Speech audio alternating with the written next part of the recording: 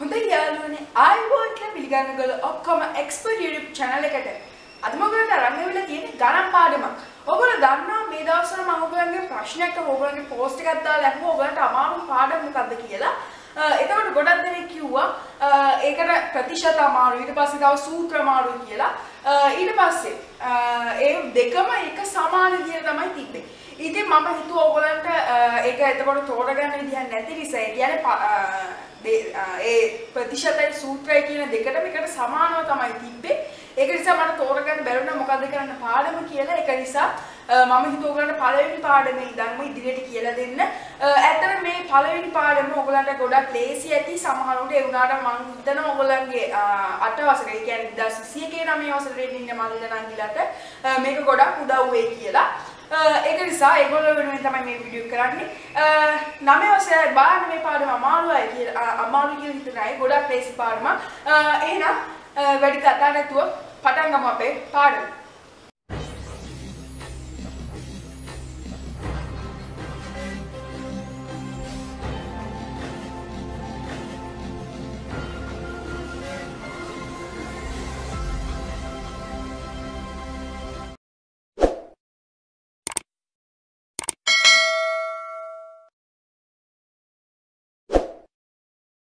ඔයගොල්ලන්ගේ මාතෘකාව තමයි අපේ පළවෙනි පාඩමේ තමයි සංඛ්‍යා රටා කියන්නේ. සංඛ්‍යා රටා. දැන් මේ සංඛ්‍යා රටාව මම මේ සංඛ්‍යා කියන කෑල්ල අයින් කරොත් ඔයගොල්ලෝ පේන ඇති රටා කියලා එකක් ඉතුරු වෙනවා. මේ රටා කියන එකේ ඔයගොල්ලෝ දන්නවා අපේ රටාවක් අපිට නිර්මාණය කරන්න පුළුවන් මේ සංඛ්‍යා වලින් විතරක් නෙමෙයි. අපිට හැඩතල වලින් සංඛ්‍යා රටාව නිර්මාණය කරන්න පුළුවන්. සංඛ්‍යා රටාව නෙමෙයි රටාවක් නිර්මාණය කරන්න පුළුවන් හැඩතල වලින්. මේ බලන්නකෝ මම හැඩතල වලින් ඔයගොල්ලන්ට මේ රටාවක් නිර්මාණය කරලා පෙන්නනවා. ඔයගොල්ලන්ට 8 වසරේදී ඉගෙනගෙන ඇති මේ හැඩතල වලින් හදන රටා ගැන. බලන්නකෝ උදාහරණයක් විදිහට මම මෙහෙම ත්‍රිකෝණයක් අඳිනවා. කමාවක් දාලා රවුමක් අඳිනවා. ඊට පස්සේ ත්‍රිකෝණයක් අඳිනවා. කමාවක් දාලා ආයි රවුමක් අඳිනවා. ඔන්න ඒ විදිහට අපිට රටා ගොඩනගා ගන්න පුළුවන්. තව ඔය විදිහට ඕන තරම් රටා අපිට මේ හැඩතල පාවිච්චි ගොඩනගා ගන්න පුළුවන්. ඒත් 9 වසරේදී අපි කතා කරන්නේ මේ සංඛ්‍යා රටා ගැන. මේ අපි හැඩතල ගැන අදින රටා ගැන කතා කරා 8 වසරේදී පළවෙනි ශ්‍රේණිවලදී. දැන් මේ 9 වසරේ සංඛ්‍යා රටා ගැන කතා කරද්දී ඔයගොල්ලෝ දන්නවා සංඛ්‍යා රටා ගැන අපිට ගන්න පුළුවන් 2 4 6 8 10 ඔය වගේ සංඛ්‍යා රටාවක් අපිට ගන්න පුළුවන්. දැන් මේ ඔයගොල්ලෝ දන්නවා මේ සංඛ්‍යා රටාව ගොඩ නැගිලා තියෙන දෙකේ ගුණාකාර වලින්. බලන්නකෝ දෙකේ දෙවරක් 2 4යි දෙවරක් 3 මේ 3 6යි දෙවරක් 4 ඔය වගේ මේ ගුණ වලින් තමයි යන්නේ. ඊට පස්සේ මේකට තව උදාහරණයක් විදිහට අපිට ගන්න පුළුවන් ඔත්තේ සංඛ්‍යා රටාවක් විදිහට ගන්න පුළුවන් 1 3 5 7 9 ඔය වගේ අපිට ඕන තරම් ඔත්තේ සංඛ්‍යා දක්වන්න පුළුවන්. ඔන්න ඒ විදිහට අපිට පුළුවන් මේ සංඛ්‍යා රටාවක් ගොඩනගන්න. දැන් අපි බලමු මේ සංඛ්‍යා රටාවක තියෙනවා මේ පොදු පදය කියලා එකක්. අපි බලමු මොකද්ද මේ සංඛ්‍යා රටාවක තියෙන පොදු පදය කියලා. දැන් ඕගොල්ලෝ ගත්තොත් මෙන්න මේ සංඛ්‍යා රටාව ඔයගොල්ලන්ට පේන වැටි මේකේ පොදු පදය අපිට හොයන්න පුළුවන් විදිහ ඔයගොල්ලන්ට එහෙම බැලුවම පේන්නේ නැහැ. ඒත් මේක හොයන්න අපිට පොඩි ක්‍රමයක් තියෙනවා. මේ සංඛ්‍යා රටාවක් දුන්නොත් මේ සංඛ්‍යා රටාව විතර නෙමෙයි තව ඕනෑම සංඛ්‍යා රටාවක් මම මේක කරලා ඔයගොල්ලන්ට තව එකක් ඕනනම් පෙන්නන්න. හරි. අපි බලමු මේ සංඛ්‍යා රටාවේ පොදු පදය හොයලා. මේ පොදු පදය හොයද්දී අපි මතක තියාගන්න ඕනේ පළමු පදය හැර. දැන් ඕගොල්ලන්ට මම කිව්වේ නැහැ මේ සංඛ්‍යා රටාවක තියෙනවා පද කියලා දෙයක්. දැන් මේ සංඛ්‍යා රටාවේ පද තියෙනවා. මේ 2 4 6 8 10 කියන්නේ මේ සංඛ්‍යා රටාවේ තියෙන පද. මේ පද වලට තියෙන නම් තමයි මේ දෙකට ඒ කියන්නේ මේක පළවෙනියට තියෙන එකට අපි කියනවා පළමු පදය. මේ දෙවෙනියට තියෙන එකට අපි කියනවා දෙවන පදය. මේ තුන්වෙනියට තියෙන්නේ තුන්වෙනි පදය. මේ තියෙන්නේ 8 වෙනියට තියෙන්නේ 8 වෙනි පදය. දැන් මේ පදය කියන එක දක්වන්න. දැන් අපි ගත්තා මේ පළමු පදය කියන එක. පළමු පදය. හරි. දැන් කොහොම ගත්තොත් අපිට මේක ලියලා ඉන්න බෑ හැම එකේම පළමු පදය කියලා. ඒක කෙටි කරගන්න අපිට ක්‍රමයක් හඳුන්වලා දීලා තියෙනවා මේ ගණිතයේදී. ඒකට මේ පදය කියන එකට මේ පදය කියන එකට අපි පාවිච්චි කරන්න පුළුවන් ඉංග්‍රීසි අකුරක් සාමාන්‍ය T කියලා. මෙන්න මේ T අකුරට ඔයගොල්ලෝ පැහැදිලිව පේන්නේ නැති මේ T අකුර යටින් අපිට දාන්න පුළුවන් මේකේ පදය. හරිද? මේ පළමු පදේ කියන එක මම මෙතන දක්වන්න T1 කියලා දාගත්තා. මේ දෙවන පදේ දක්වන්න අපිට පුළුවන් T2. දෙක කියලා අපිට දක්වන්න පුළුවන්. ඊට පස්සේ තුන්වෙනි පදේ දක්වන්න අපිට පුළුවන් t 3 කියලා දක්වන්න. ඔය වගේ අපිට දිගටම එහෙම දාන්න පුළුවන්. දැන් අපිට පුළුවන් මේ විදිහට දැන් අපිට ප්‍රශ්නයක් දෙන්න පුළුවන් t1 වන පදේ ලියන්න කියලා. මෙම සංඛ්‍යා රටාවේ t1 පදේ ලියන්න. ඊට අපි ලියන්නේ මේකේ පළමු පදේ. ඒ තමයි 2. ඔය විදිහට අපිට මේ දෙවෙනි පදයට අපිට දීලා තියෙන්නේ 4. ඔය විදිහට අපිට මේක ලියාගෙන යන්න පුළුවන්. හරිම සරලව. දැන් ඔයාලට ඒක පැහැදිලි වෙන්න මේ පළමු පදේ කියන්නේ. ඒ කියන්නේ මේ t අකුරෙන් ලියන එක ගැන. දැන් අපි ආයෙත් අපේ මාතෘකාවට එමු. ඒ තමයි මේක පොදු පදේ. මේ සංඛ්‍යා රටාවේ පොදු පදේ. දැන් මේ පොදු පදේ හොයද්දී අපි මතක තියාගන්න ඕනේ මේ පළමු පදේ එහෙම නැත්නම් t1 වෙනි පදය හැර. ඒ කියන්නේ මෙතන තියෙන 2 හැර ඊට පස්සේ තියෙන ඕනෑම සංඛ්‍යාවක් අපිට ගන්න පුළුවන්. අපි උදාහරණයක් විදිහට 6 ගමු. මේ 6 ගත්තොත් දැන් අපිට මෙහෙම 6 මේක 6 තෝරගන්න. දැන් මේකට 6 විතර නෙමෙයි මේ 4 උනත් තෝරගන්න පුළුවන්. මේ 8 උනත් තෝරගන්න පුළුවන්, 10 උනත් තෝරගන්න පුළුවන්.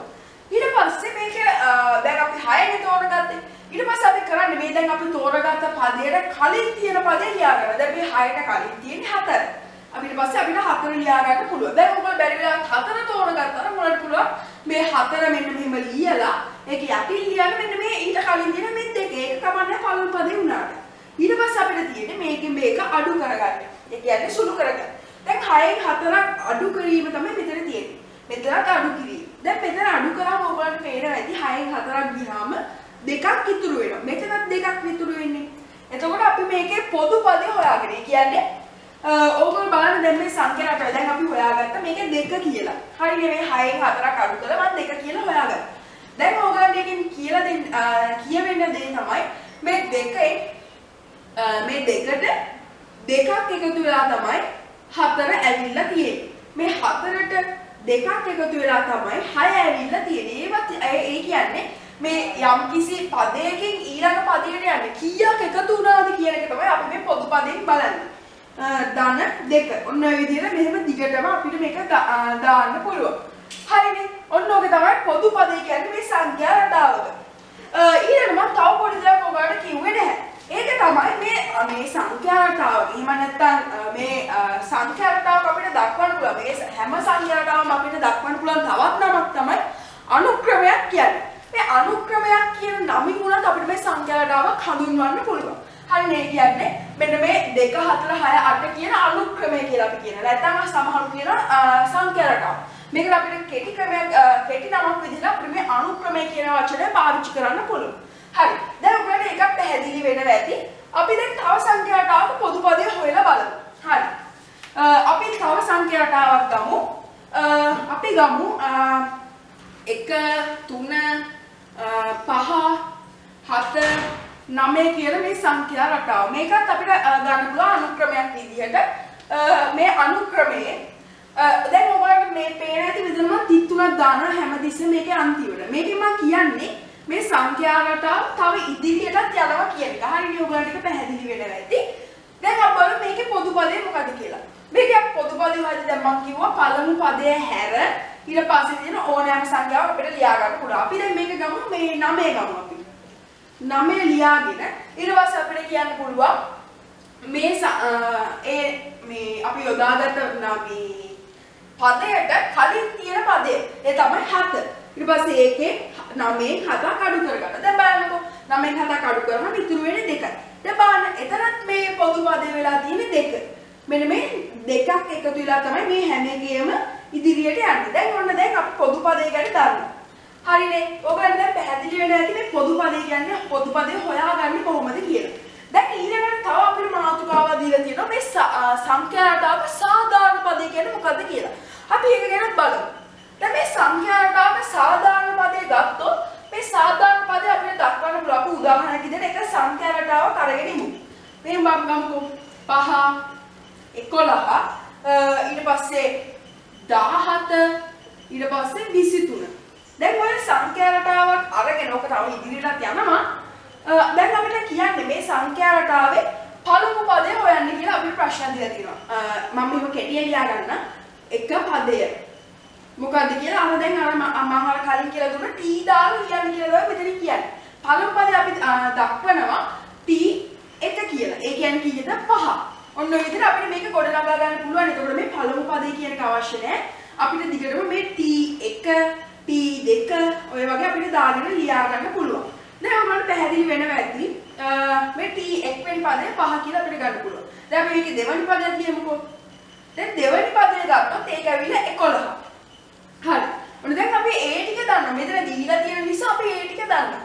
දැන් මෙතන සාධාරණ පදේ කියලා කියන්නේ ඔයගොල්ලන්ට ඒක දක්වන්න පුළුවන්. මේ අනුක්‍රමයේ n වෙනි පදය. හරිනේ. ඒ කියන්නේ n කියලා අපි අදහස් කරන්නේ. මේක අපි නොදන්නා පදේ. එහෙම නැත්නම් සියල්ලට පොදු පදේ. දැන් ඒක ලියද්දි මේ n කියන වචනේ තමයි අපි පාවිච්චි කරන්නේ මේ සාධාරණ පදේ දක්වන්න.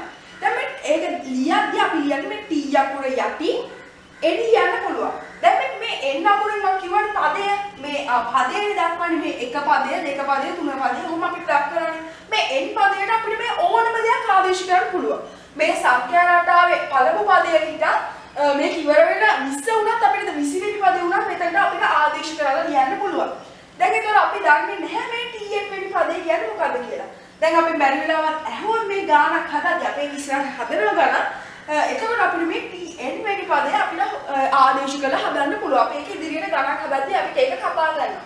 දැන් මම පැහැදිලි වෙනවා ඇති මේ සාධාරණ පදය දක්වන්නේ n අකුරෙන්. මේ n අකුරෙන් තමයි මේ සාධාරණ පදයක් අපි දක්වන්නේ. දැන් ඔයගොල්ලෝ පැහැදිලි වෙනවා ඇති ඒ ගැන මේ සංඛ්‍යාතාවක මේ සාධාරණ පදය ගැන. හරි. ඊළඟට බලමු මේ සංඛ්‍යාතාවක මේ සාධාරණ පදය මේ සාධාරණ පද අපිට දුන්නාම ඒ කියන්නේ tn කියලා අපිට දීලා තිබ්බහම ඒ අනුව අපිට ගණන් හදන්නේ කොහොමද කියලා. හරි. දැන් අපි ඒ ගණනුත් හදලා බලමු. මම මේක මකා ගන්න. දැන් අපෙන් අහන ප්‍රශ්නය මම ඔයාලා මෙතෙන්ට ගන්න. අපේ අච්චු පොතේ තියෙන ප්‍රශ්නයක් නිදසුන් වල අපි ගත්තොත් tn ඒ කියන්නේ නොදන්නා පදයේ සාධාරණ පදයේ සමානයි. එතන අපිට කියනවා 2n. ඒ කියන්නේ දැන් මේ මම ලියන්නේ ධන 3 කියලා. හරිනේ. 2n ධන 3 කියලා කියන්නේ මේ සමීකරණය. කියන්නේ මේ සංඛ්‍යාවට දැන් අපි මේ හොයන්න යන සංඛ්‍යාවට ආවේ මේ සමීකරණ. ඒක අපි ඉස්සරහට කතා කරන මේ සමීකරණ ගොඩනගන්නේ කොහොමද කියලා. ඒකට අපි ඉස්සරහට කතා කරනවා. මේ සමීකරණ පාවිච්චි මේ n වලට අපිට දෙන අගයක් ඒ අගය හොයන්න කියලා තමයි කියන්නේ. හරි. එහෙනම් අපි බලමු මේක සුළු කරලා. ඊට පස්සේ අපි පළමු ප්‍රශ්නේ අපෙන් අහනවා මේකේ මුල් පද තුන ලියන්න කියලා. ඔයගොල්ලෝ දැන් ඔය ස්ක්‍රීන් එකේ පෙන්නන වගේ ප්‍රශ්නයක් තියෙන්නේ. ඒකේ අහනවා මේකේ මුල් පද තුන ලියන්න කියලා. ඒකේ මුල් පද තුන ගත්තොත් අපිට ලියන්න පුළුවන් t1 ආදේශයෙන්. ඒකවල අපිට සමීකරණය දැන් මම කියවනේ n වලට ආදේශ කරගන්න කියලා එක.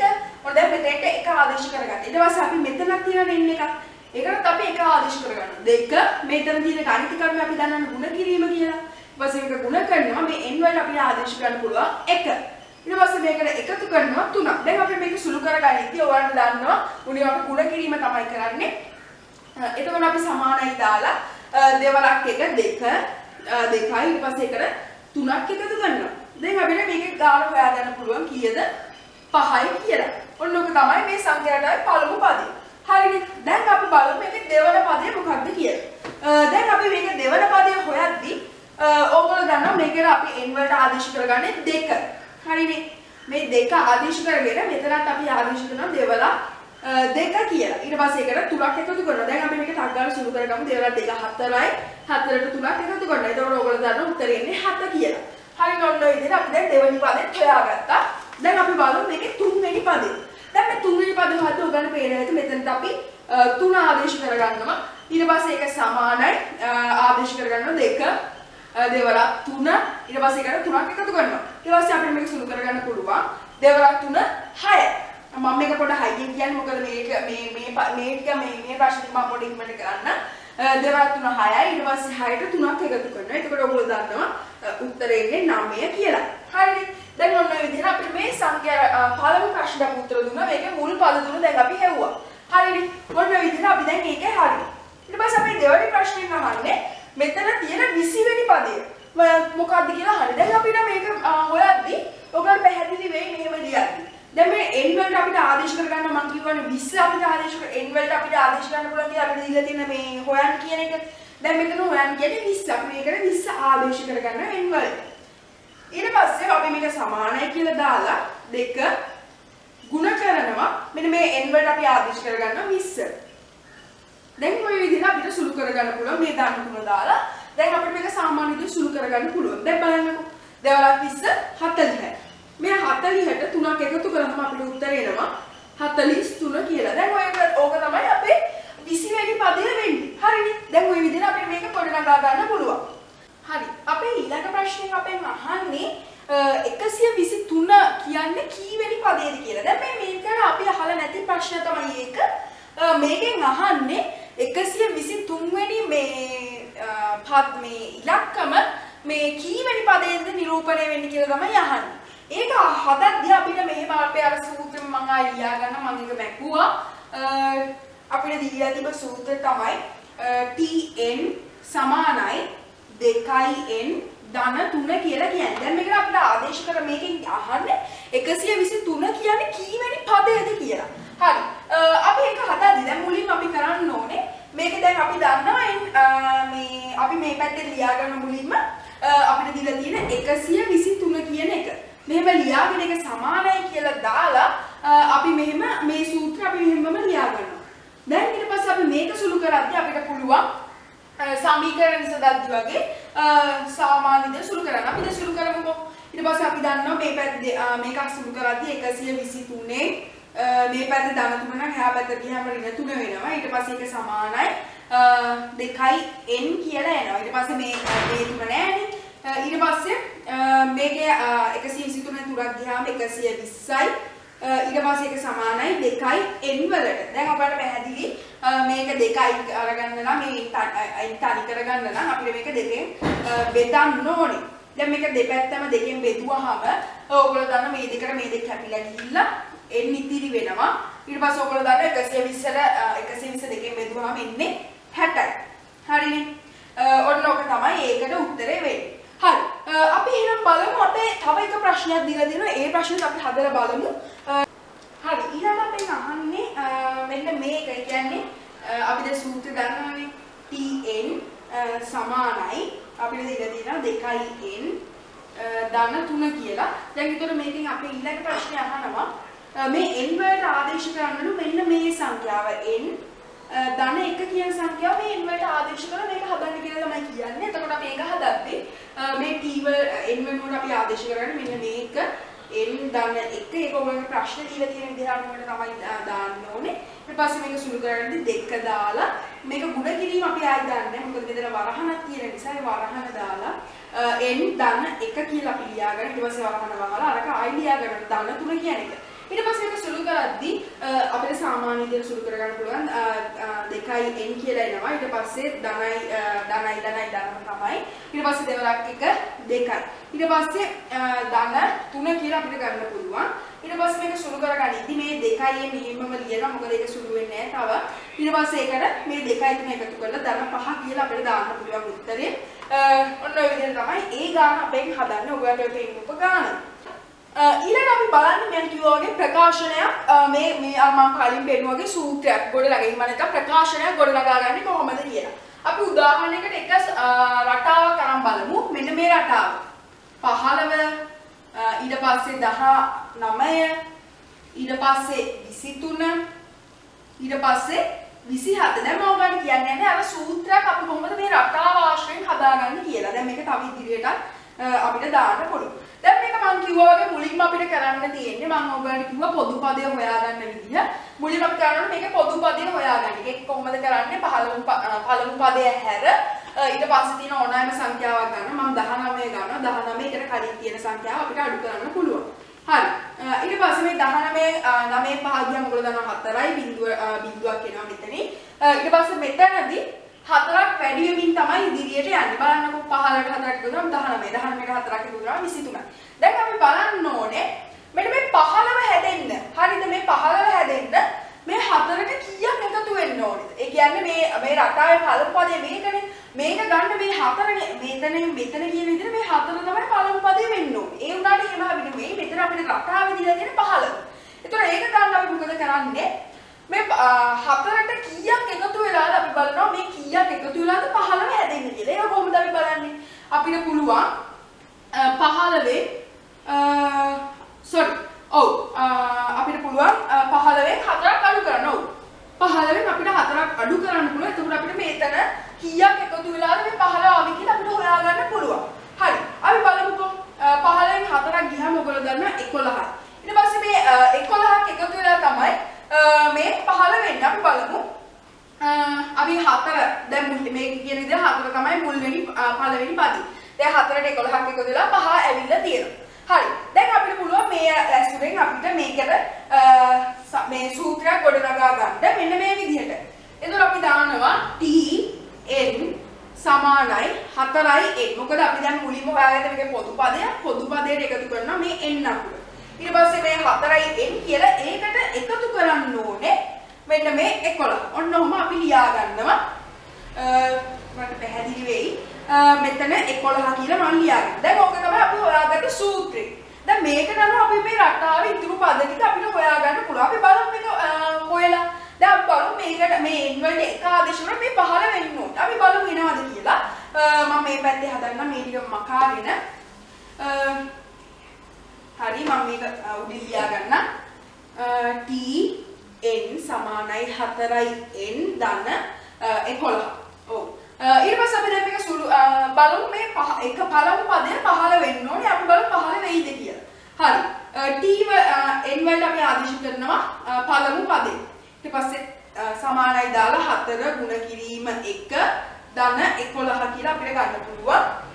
දැන් අපි බලමු 15 වෙනවද කියලා. 4 වරක් 1 4යි. හරි. 4 එනවා.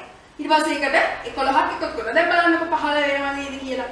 දැන් බලන්න අපේ උත්තරේ විදිහට 4යි 11යි 15 කියලා අපිට උත්තරය ආවා. දැන් අපි බලමු මේකට අපි තව එකක් ආදේශ කරමු. මේ අපි 1 2 3 4 වෙනි පදේ බලමු.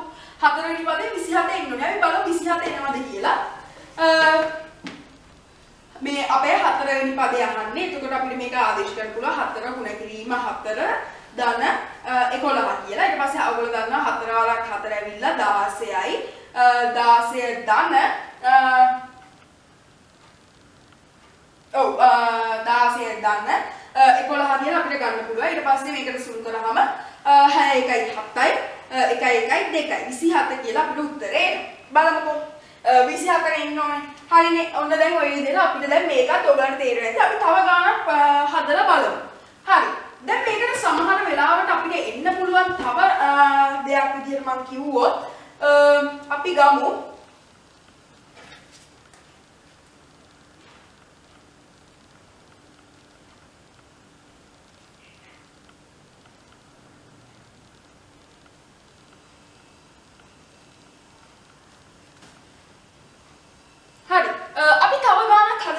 ඒකේ තියෙන්නේ මෙන්න මේ විදිහට. ඒ රටාව තමයි 10 ඊට පස්සේ තියෙනවා 7 ඊට පස්සේ 4 ඊට පස්සේ 1. ඔන්න ඔය විදිහට රටාවක් තියෙනවා. දැන් මේ රටාවේ අපි කොහොමද මේක හොයාගන්නේ? මේකේ තියෙන මේ අර ප්‍රකාශන අපි කොහොමද හදාගන්නේ?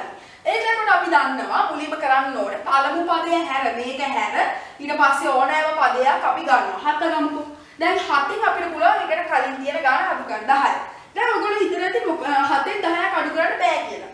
ඒ වුණාට එහෙම තමයි අඩු කරන්නේ. ඔයගොල්ලෝ දන්නවා 7න් 10ක් අඩු කරාම ඍණ සංඛ්‍යාවක් එනවා. ඒ ඍණ සංඛ්‍යාව තමයි අපි ගන්න ඕනේ. දැන් මේක ඍණ සංඛ්‍යාවක් ගනිද්දී අපි මේක පොඩ්ඩක් පරස්පරේ දාගන්න. ඒ කියන්නේ මේක අපි උඩ යට මාරු කරලා ලියා ගන්නවා. ඒ තමයි 10න් 7ක් අඩු කරනවා.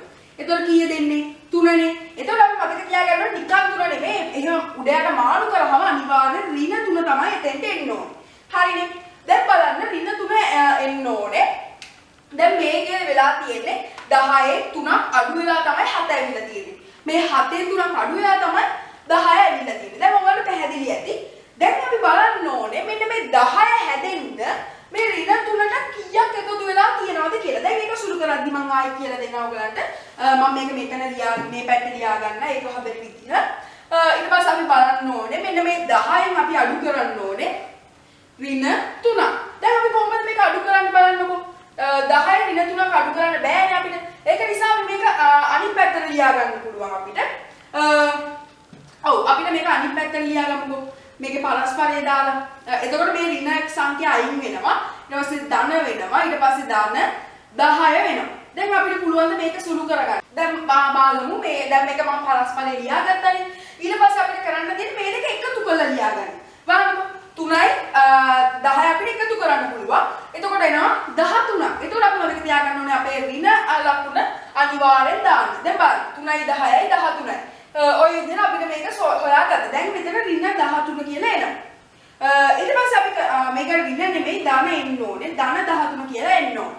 හරි. දැන් අපිට පුළුවන් වෙයි මේක ඉදිරියට හදාගෙන යන්න. දැන් අපි දන්නවා අපිට ඍණ 3 ආවා. එතකොට අපි ගොඩනගා ගන්නවා ඍණ 3 ඊට පස්සේ එක ඍණ 3යි n කියලා අපි දාගන්න ඕනේ.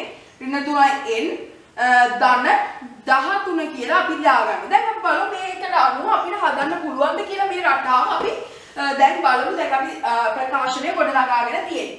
උගල මේ පැත්තේ පේනවා බලන්න අපි දැන් මේ පළමු පදේ බලමු 10 එනවද කියලා.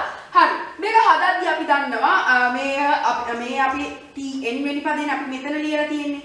හරි. දැන් අපි බලමු t එකට ආදේශ කළා.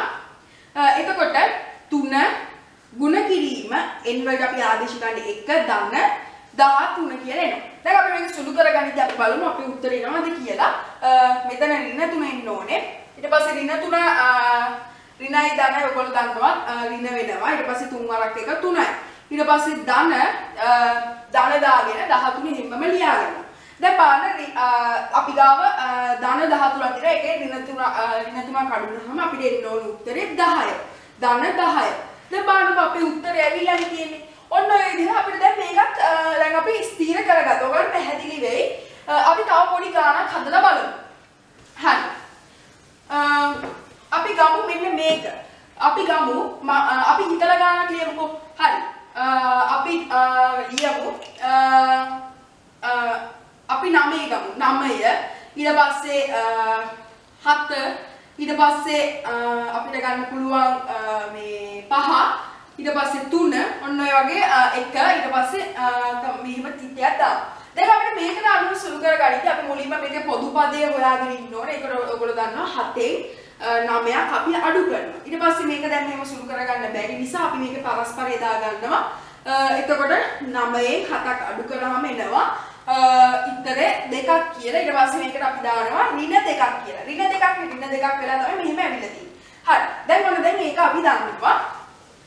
ඊට පස්සේ මෙතන ඍණ 2ක් තමයි ආවේ. දැන් අපිට බලන්න ඕනේ මේ ඍණ 2කට කීයක් එකතු කරාද මේ 9 ඇවිල්ලා තියෙන්නේ කියලා. ඒක බලද්දි අපි කරන්නේ 9ට ඍණ 2ක් එකතු කරනවා.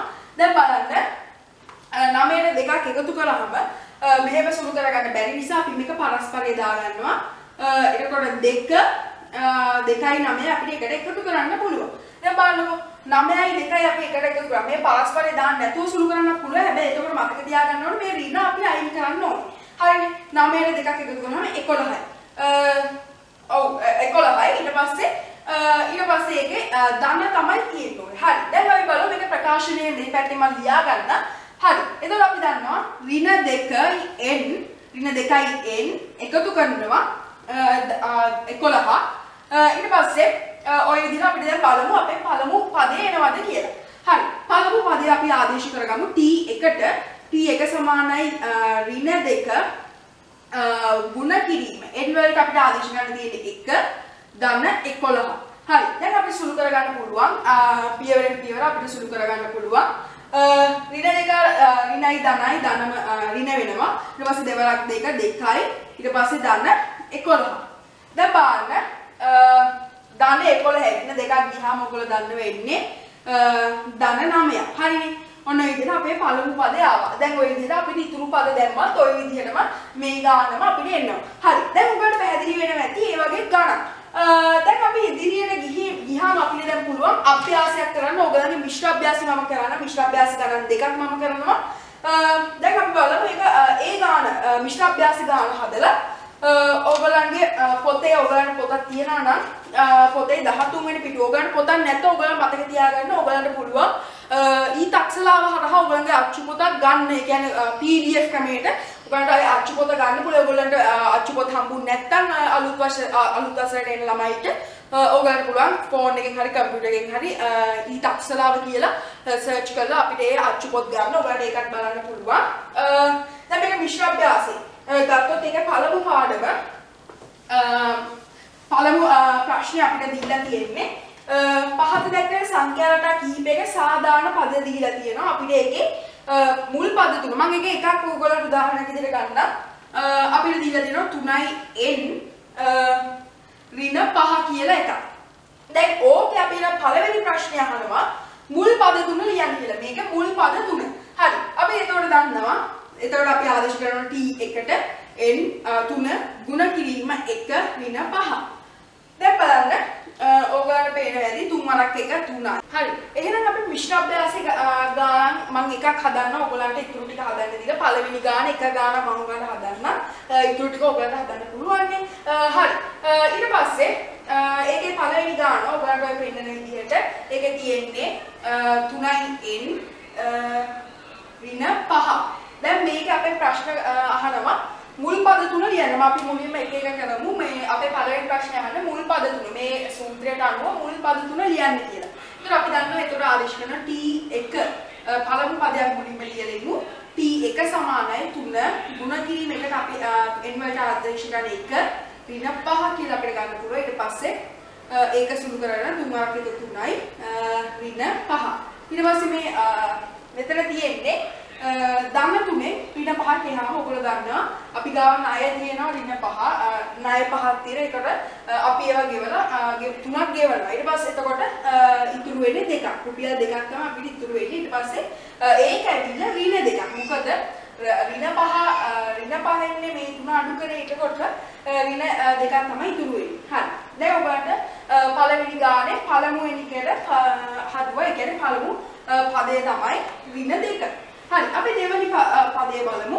එතකොට අපි ආදේශ ගන්නේ t2ට.